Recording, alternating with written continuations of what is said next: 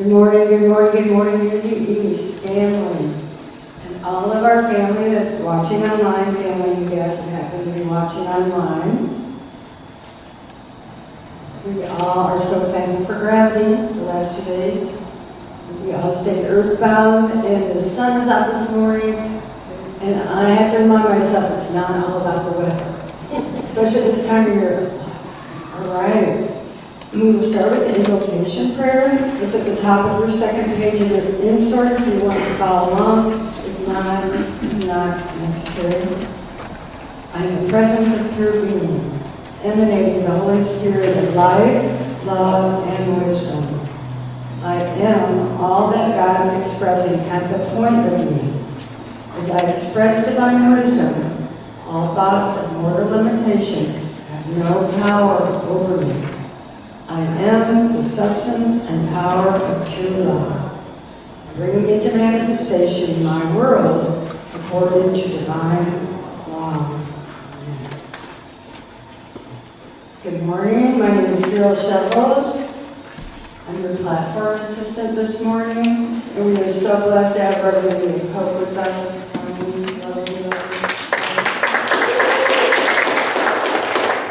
And our solo, Stacey Peckins, is back again with us this morning.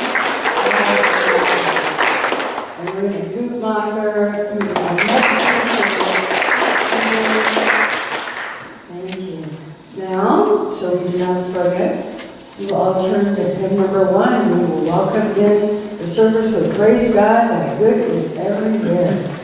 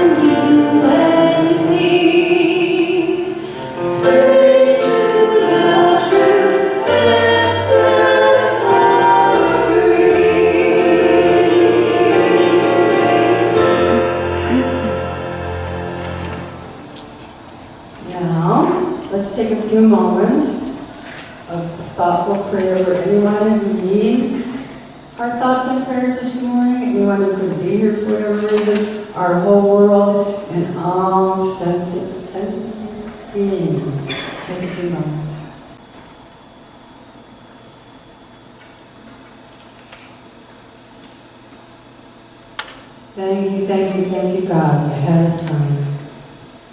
And now, Beverly will come read for us the daily word for today.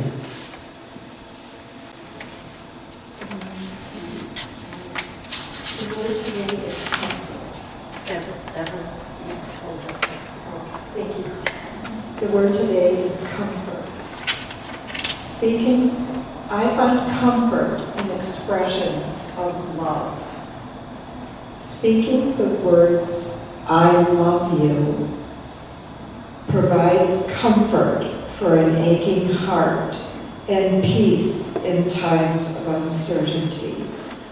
Today, I open my heart to these loving expressions as a soothing balm for distress or grief. When I am concerned about another, love centers me in truth, and all is in divine order, no matter what the circumstances appear. I enfold the people I care about in a sphere of love, encircling them in peace and protection. When I am troubled, I find comfort in others' loving words. I surround myself with those who offer solace in my time of need, I find encouragement in their kindness and compassion. As we share of ourselves in kind and loving ways, we hearten spirits and bolster faith, giving comfort to ourselves and others. Comfort your hearts and strengthen them in every good work and word. 2 Thessalonians 2:17.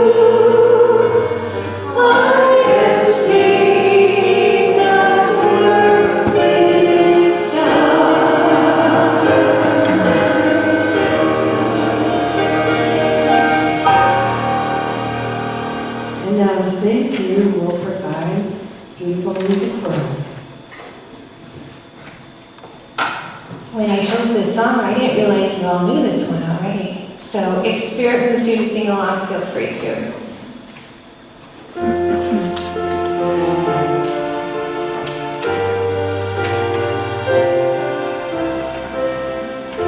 Our thoughts are prayers, and we are always praying. Our thoughts are prayers, be careful what you're saying. Seek a higher consciousness, a state of peacefulness, and know that God is always there. And every thought becomes a prayer.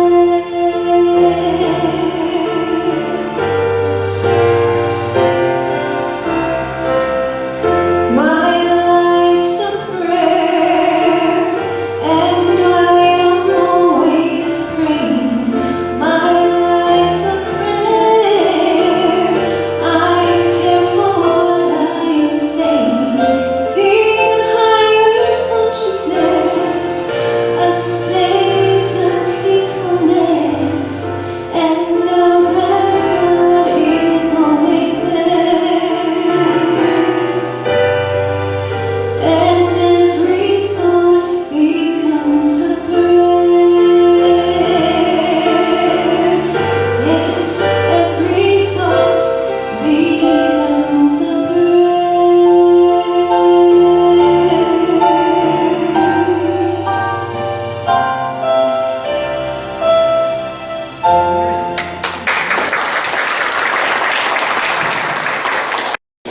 And again, the universe conspires to do us good all the time. And that song that Stacy just sang was absolutely a perfect lead-in to what I want to talk about today.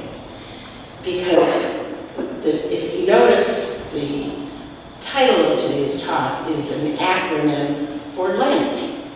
And L-E-N-T, Let's Encourage New Thinking. I just heard that the other day and I thought, ooh, that's so cool. So I decided that that would be a great title for today's message. And have you ever heard these words or maybe said them yourself? The minute I walked in, I knew I was home. Anybody? I did. That was my experience, and I've heard it from so many people that that has been their experience as well when they walked into a Unity church. And it might have been Unity East, it might have been back in the day when Jack Rowland was there and church today was bustling with people and buzzing with energy. It might have been any other Unity church across the globe. But that feeling that one gets walking to a place of unconditional love and acceptance, because that's really the bottom line, isn't it? That's what we espouse. That's what Unity is all about. And it doesn't seem to make any difference whether the person that walks in is from a background where hellfire and brimstone was what they were fed every week, or where it was all pageantry and ritual, or even if you had no religious background whatsoever, that still seems to touch a place in us that says, this is it. This is what I've been looking for. Because everyone is looking. They're looking to connect with their own inner divinity. And Unity is often referred to as part of what's called the New Thought movement. And this New Thought philosophy has been around since the 1800s, which I find quite incredible. Seems like we ought to be the biggest thing on the block, yet still so many people don't even know that we exist. And I found it very interesting that many of the leaders in this New Thought movement were women. I was actually raised partially in Christian Science. And Christian Science was founded by a woman by the name of Mary Baker Eddy in 1866. And one of Mary Baker Eddy's earliest students was Emma Curtis Hopkins.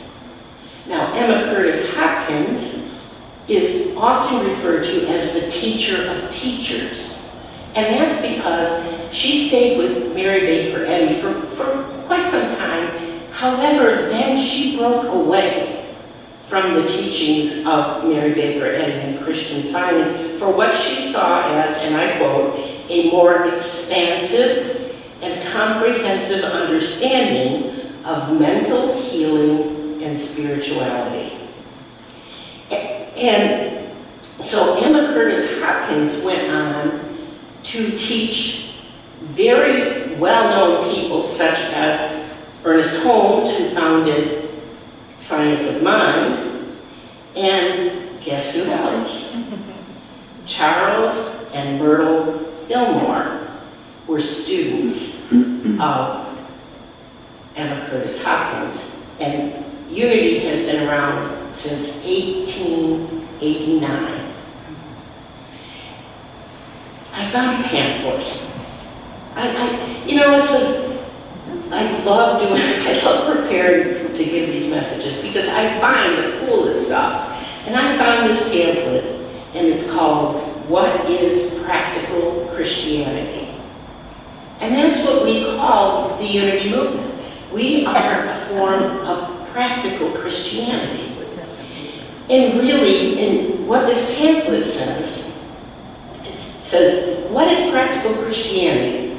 Practical Christianity is the application in all the affairs of life of the doctrine of Jesus Christ. We are a Christian belief system based on the teachings of Jesus the Christ, who we do not see as our quote-unquote Savior from our quote-unquote sins. We see as our way shower. One of Jesus' quotes that I often refer to is Jesus. In fact, we had family over for corned beef and cabbage yesterday. Oh, good stuff. And we ended up getting into a pretty cool conversation. And one of the things that I referred to this quote that Jesus said, "These things I do, you shall do also, and greater things." Jesus wasn't here to set himself apart from us.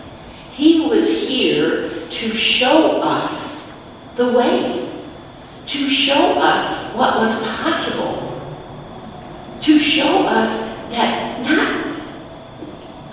I think it's even more important for us, as with Jesus as our way shower, to heal ourselves first.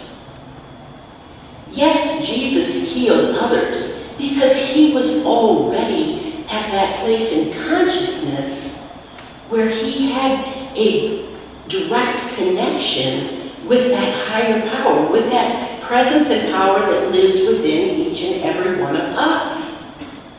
And it's up to us to first connect to that presence and power so that we can heal ourselves and know that we have that connection, and then use that connection, just as our founders, Charles and Merlin Fillmore, said. And they went on to explain that by putting these principles into practice, that we can free ourselves from sickness, poverty, sorrow, and death. Because yes, these physical forms will leave this earth, yet there is a presence and power that lives in us that is uniquely us. And that never dies.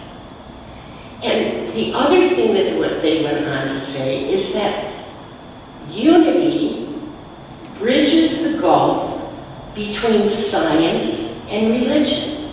And that's one of my favorite things, is when you start looking at how science and religion, have you noticed, every year that passes, it almost seems like science and religion are coming closer together, at least the kind of quote-unquote religion that we teach. And I almost don't like the Fillmores, you almost don't want to call it a religion, because it's really a belief system. It's a way of life. It's a way of living our lives so that there's another quote from the pamphlet.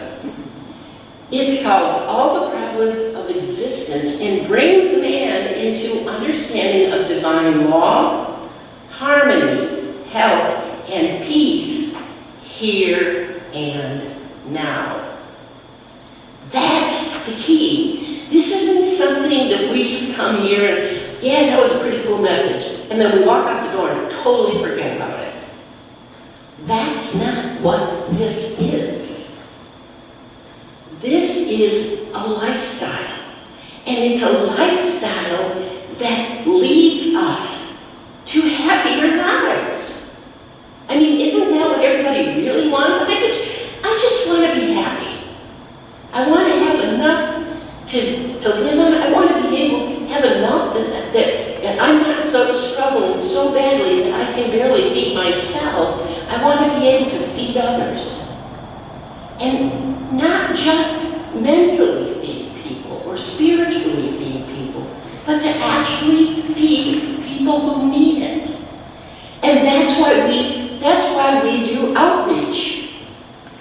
why we have mission trips. We were having a conversation as part of my graduating class about outreach, and we were talking about doing a mission trip because the Unity students in Africa have a terrible time getting books. And they also have a big challenge with the internet stability. So e-books aren't necessarily really good for them either. And one of the ministers who was actually on a regional call that I was on the other day, that's her mission is working with churches in Africa. And she said she shipped a box of books. She said it was a rather small box, it wasn't all that big, to Africa. She shipped it in September. It cost her $140 to ship a box of books, and it has not yet arrived. So we're talking about this, and one of the students very flippantly, one of my graduating partners, very flippantly said, you know what we should do? We should just get some big suitcases, fill them up with books, and take a mission trip over there. And we laughed, and then everybody went, gee, maybe we really ought to do that. Why not? That's what we're here to do. We're here to help other people to find out about something that has changed our lives. Because I know it's changed mine. And that's really funny. That was almost a slip of the tongue. It's almost changed mine, but mine and mine sound an awful lot alike, don't they? And that's really what it comes down to. It's a change of mind. It's encouraging a new way of thinking. So, as practical Christians, it's not up here, I won't have this. As practical Christians, we think about Lent differently as well. And I hope you guys have been, these have been, we've given these away at absolutely no charge to you as an attendee of Unity East. I hope you're using them. I hope you're reading this on a daily basis like I am, because they are so good this year. This little booklet, I have gotten so much out of this little booklet.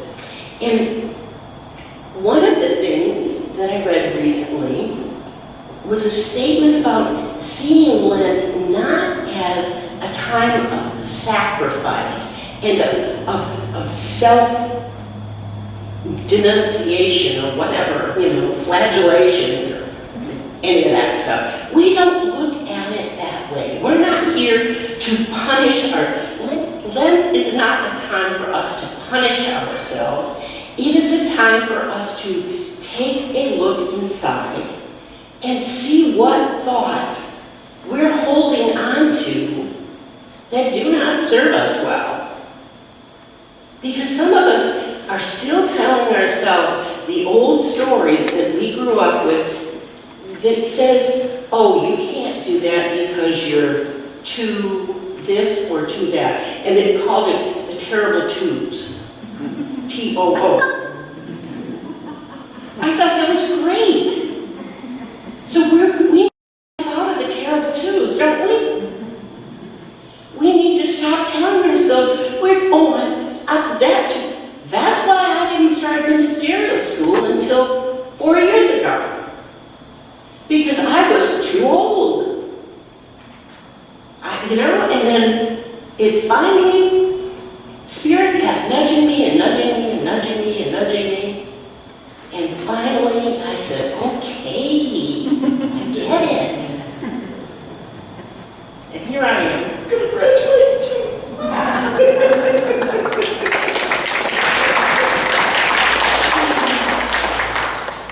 So let's encourage new thinking.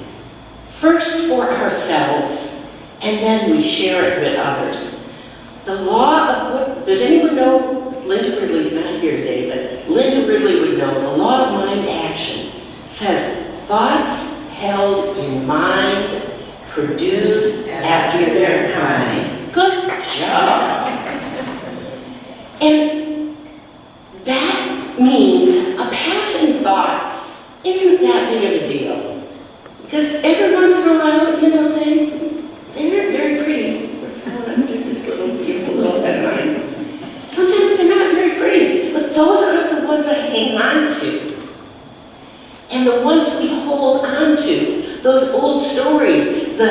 too old, too this, too that do not serve us are the ones we want to recognize and let go of. And then we want to replace them with another thought, because we can't just leave an empty space.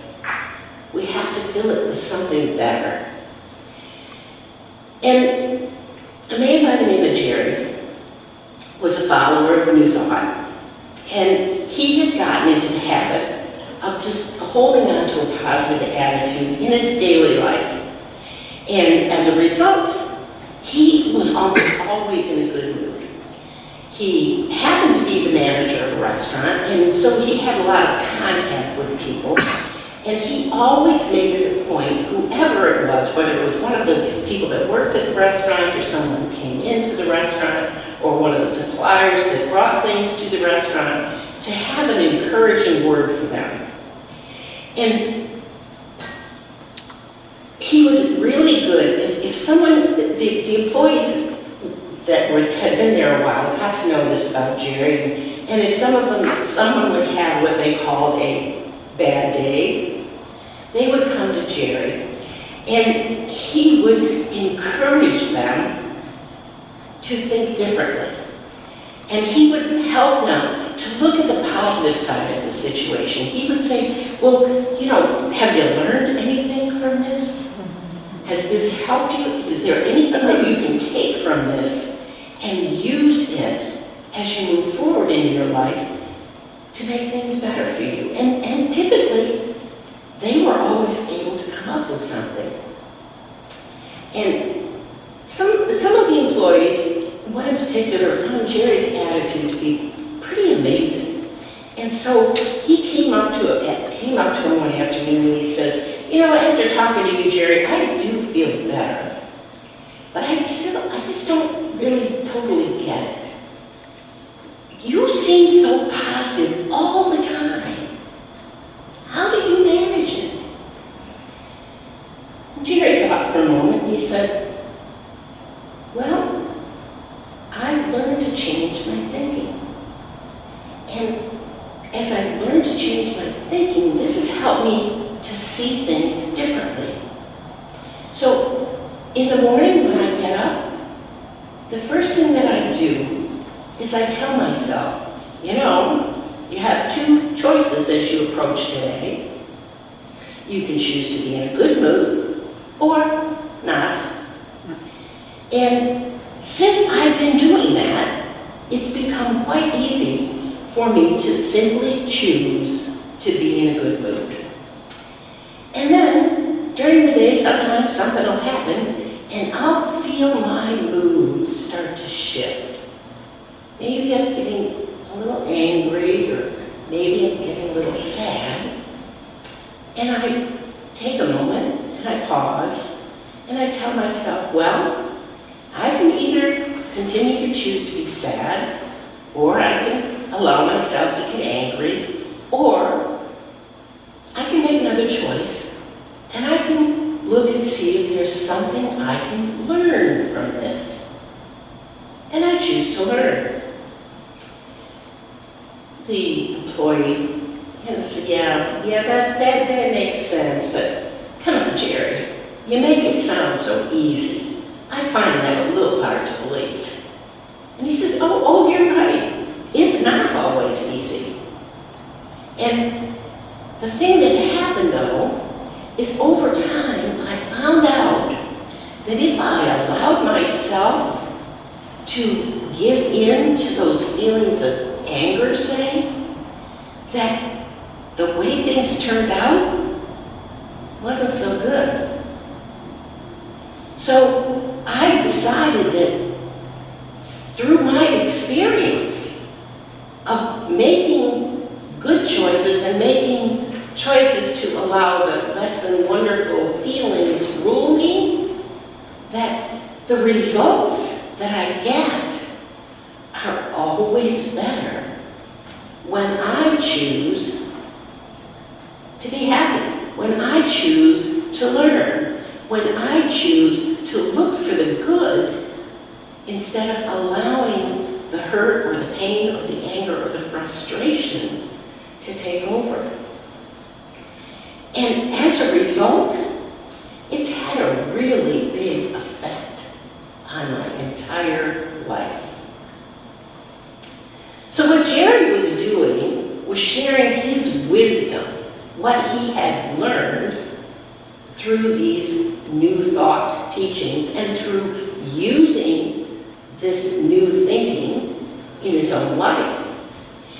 And just coincidentally, wisdom happens to be the power for the month. You know, in Unity we have 12, our co-founder Charles Fillmore wrote a book entitled The 12 Powers of Man, which I call The 12 Powers of Humans.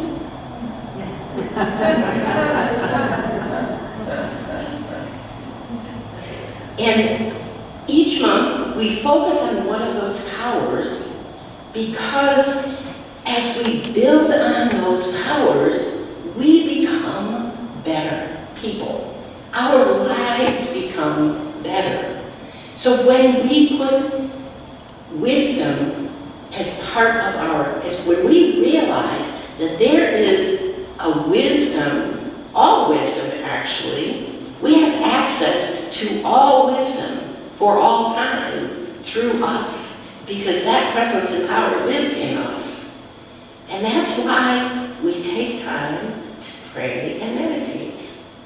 And wisdom is defined as the ability to evaluate, discern, and here's the real kicker, and apply what we know. You gotta put it into use. And it takes wisdom to choose to live consciously. Do you know how many people out there are living totally unconsciously?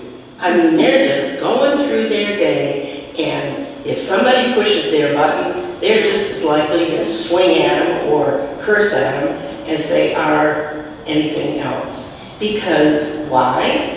Because that's what they've always done. It's just who I am, they say. That's what my father did, that's what my grandfather did, so that's what I do. I mean, it's like the old story of the lady that was getting ready to have her first Easter dinner.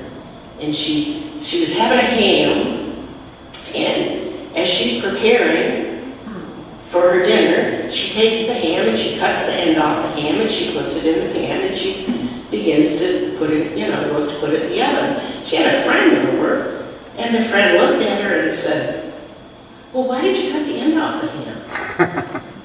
And she said, "I don't know, that's what my mom always did." She said, "You know what? Now you got me curious. Let's call Mom." So she called her mom on the phone. Said, "Mom, I'm here fixing the ham for Easter dinner, and I'll cut the end off, and my friend who's here asked me why I did, but I really don't know, because I just did what I always saw you do. So why'd you cut the end off the ham?" And she said, "Well, honestly, I don't really know either. It's just what my mom did." And so I said, "Well, let's call Grandma." So they called up Grandma, and Grandma said, "Well, I cut the end off the ham because it wouldn't fit in my baking dish." And that's what we do, don't we? We just pick up these habits that don't serve us, and we continue to practice them as if there was some good reason for it. But when we start living consciously, we start looking at our own thoughts. We start thinking in a new way. How's this? We start thinking about what we're thinking. And you know what? That as simple as that sounds, it's a big deal. And there's a lot of people who have never even considered thinking about what they think about. So that's the wisdom, one of the wisdom truths that we learn. You know, and how do you learn any kind of a skill? What do athletes do when they want to become better at their sport? Baseball players, they work hard, they work out, they practice their pitching, they practice their catching, they practice their running, they practice how to slide in the bases, they practice the skill. We don't learn a new skill without practice.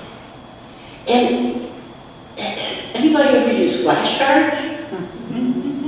Oh, I was a flashcard kid. I was a flashcard kid. That's how I learned my multiplication tables and my addition, how to add, which math is still not my strong suit, but you know. But that's what I used with my kids as well, to help them learn those basics that we need to know. And so I said, gee, I wonder why we use flashcards. So I looked it up. Flashcards promote active recall in our brain. And active recall is how we retrieve a memory. And the more that we practice with these flashcards, the more we work, what happens is we move that memory from our short-term memory to our long-term memory. So that's what we're doing when we're practicing new thought. We're practicing so that when someone cuts us off in traffic, we don't automatically go to the old way of being, which is probably not a very nice thing to say or do in church, to a new way of thinking and saying, oh my gosh, I hope they're okay. I will pray for them. Because maybe they're on their way to the hospital and someone's been hurt. Or maybe their wife's having a baby and they gotta get there so that they can be there for the birth. So we change our thinking because we don't know what's going on with that person that cut us off now, do we? We don't know that they're just some stupid person that's making my day miserable. We can change our thinking. So I've learned one of the big things that I do that's helped me is I practice meditation and prayer on a regular basis. And another thing that I do is I practice the pause. And if we had a big, beautiful TV up here, I would play this little film clip that I found about that. But instead, I will just read you a little thing. This is it's called Practice the Pause. When in doubt, pause. When angry, pause. When tired, pause. When stressed, pause. And when you pause, pray. Ask for guidance. All we have to do is ask. Ask and you shall be answered. So, as the manager of the restaurant, Jerry always was the first one to get there. And one morning he got there, he had stuff that he had to bring in from his car. So he was walking back and forth and bringing stuff in. And usually he would lock the door behind him, but he got so wrapped up in going back and forth that he forgot. And so after making several trips, he's getting things ready for the day to start, and he heard a sound behind him. He turned around and looked, and there were 3 men with masks covering their face. And one of the men had a gun pointed at Jerry. And he said, "Hey, old man, open up that safe." And Jerry was more than willing to comply, but as you might well imagine, he was pretty nervous. And so he walked over to the safe and leaned down, and his hands were shaking because he was so nervous. And he kept messing up the combination.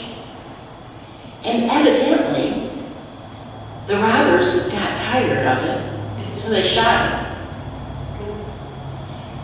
Well,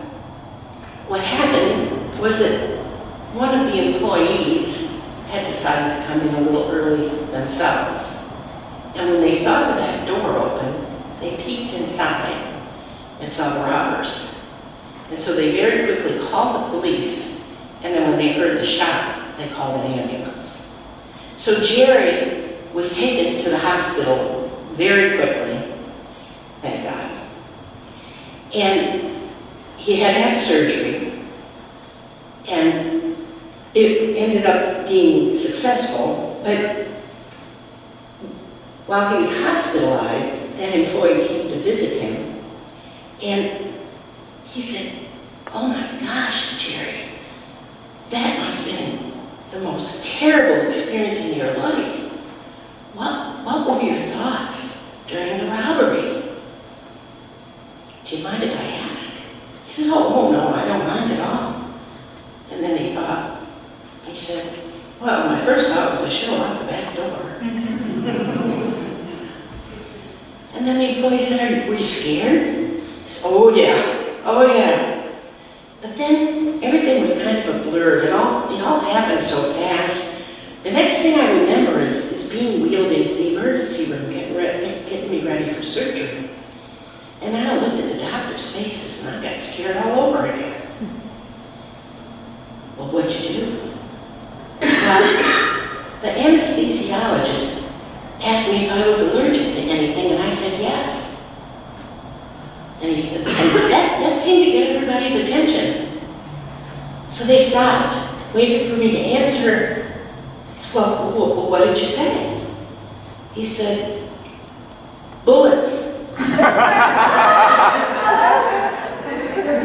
I'm allergic to bullets. And the doctors and nurses laughed, but I was serious. I told them, I'm alive, and I want to stay that way. And I want you to remember that you have a patient here who's alive, and I want you to treat me like that, not like someone who's dying. And as you know, he came through the surgery just fine. He did live. And the skills of the doctors certainly made a difference. But I think that his thinking had a lot to do with it as well.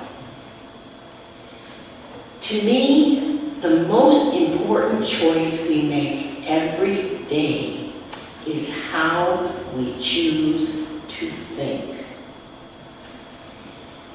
And every choice may not feel like a life and death choice, but it still is going to ultimately determine those little choices we make on a daily basis will determine the kind of life we live. For me, I have been so much happier in all aspects of my life since I made the choice to watch my thoughts and choose the thoughts that serve me. So let's make encouraging new thought a habit. And by doing that, we will be in conscious control of our own lives. Namaste.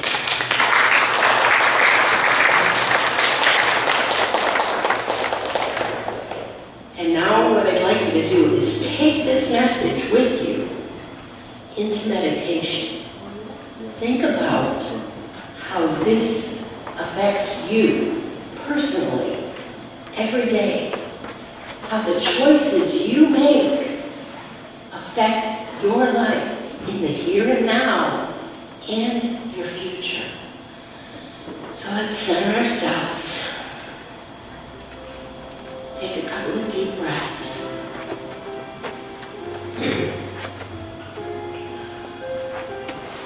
Relax.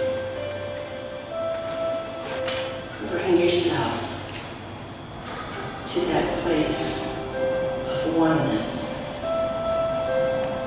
That place where you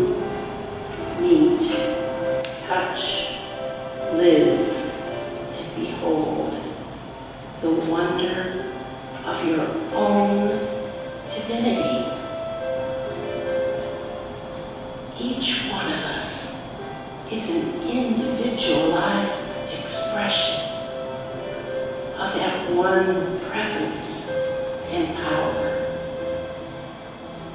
And it is up to us to learn, to teach ourselves of that connection, to be able to feel that connection in a moment, in that moment when we just pause to decide whether or not to show our anger or to show our love, to show our forgiveness or to hold a grudge. That pause when we ask, Divine Presence, guide me. May the words of my mouth and the meditations of my heart be in alignment with that one presence and power that lives in and through me. May I walk in the way of my way shower and be a light in this world. There is so much power in that moment, in that pause, in that choice. So let's take a few moments and really feel the presence and power that we hold all the time at a moment's notice.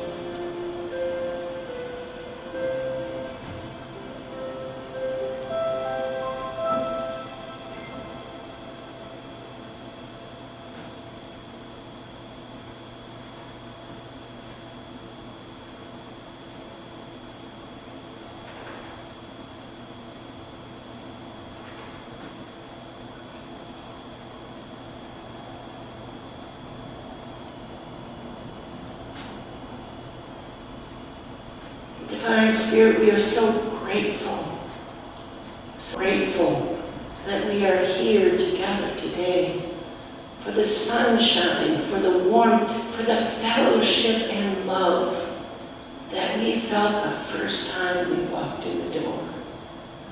We are so grateful for what we are learning, what we are putting into practice, and how it is affecting our lives in such a positive, life-fulfilling way. We know that presence and power that lives in, through, and as us is our spiritual self. It is that oneness that is always available. And we are so very, very grateful. And together, we will sing and say the Lord's Prayer.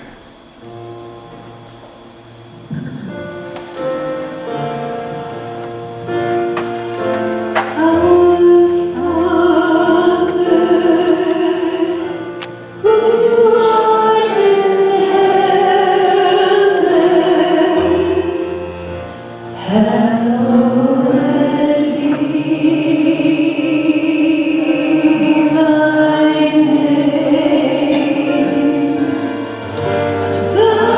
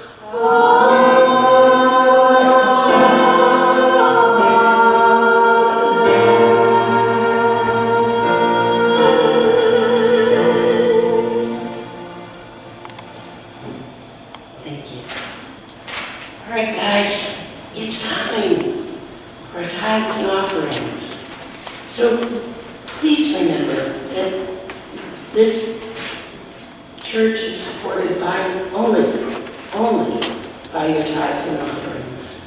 And we appreciate every single one of you who is here and who comes on a regular basis. And just give as you would be given to. So let's take our gifts in our hands and together, divine love through me blesses and multiplies all that I have, all that I give, and all that I receive. I give joyfully and easily, for the divine is my source, the universe, and abundance is my nature. And you know, I love that what we've added to the blessing, because it's just abundance is our nature. And we just finished those prosperity classes, and we have abundance of talent with us today, and our lovely singer Stacy will now give us another song. Thank you.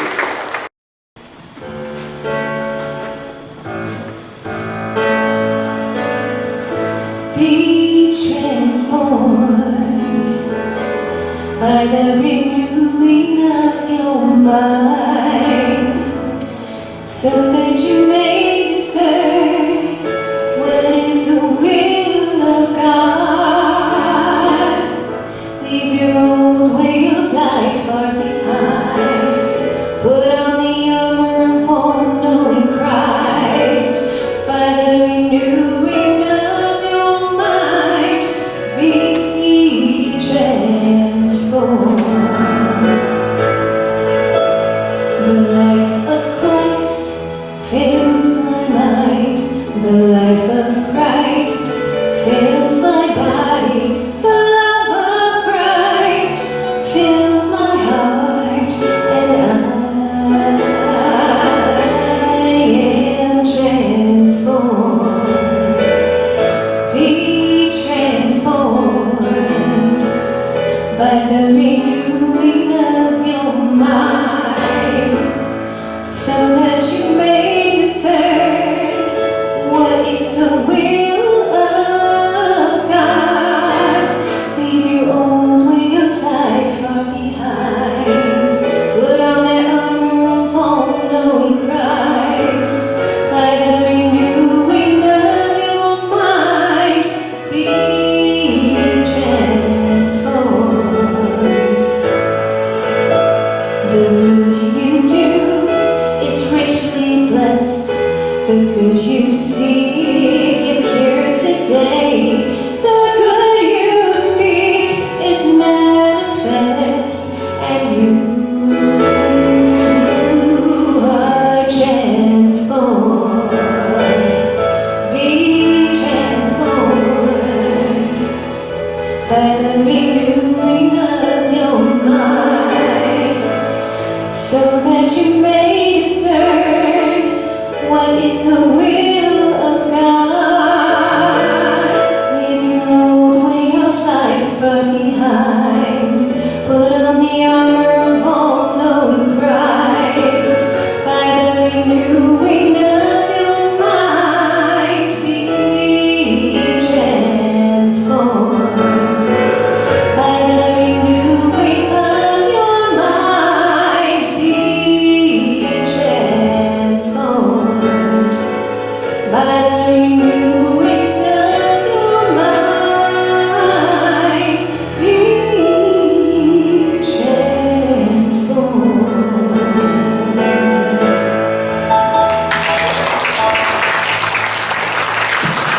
All right, Easter plants are humming, tulips, lilies, hyacinths, daffodils, the same florist is providing them, and we are supporting small business at the same time. Love it, love it, love it. There is an order sheet out by the book corner, $15, and your order needs to be in by tomorrow. All right, anything I think we're good? And eye of the storm, that's not this kind of an eye, which It's I, like the pronoun I, this one. There's a new class, Reverend Anita is starting April 16th for 3 Sundays after church, after fellowship, the 16th, 23rd, and 30th. I believe there's a sign-up sheet. Yes, there's a sign-up sheet out there for it. It will be wonderful, just like the Prosperity one we just recently had. It will be so helpful. And I know we all need to learn about embracing conflict and creating peace.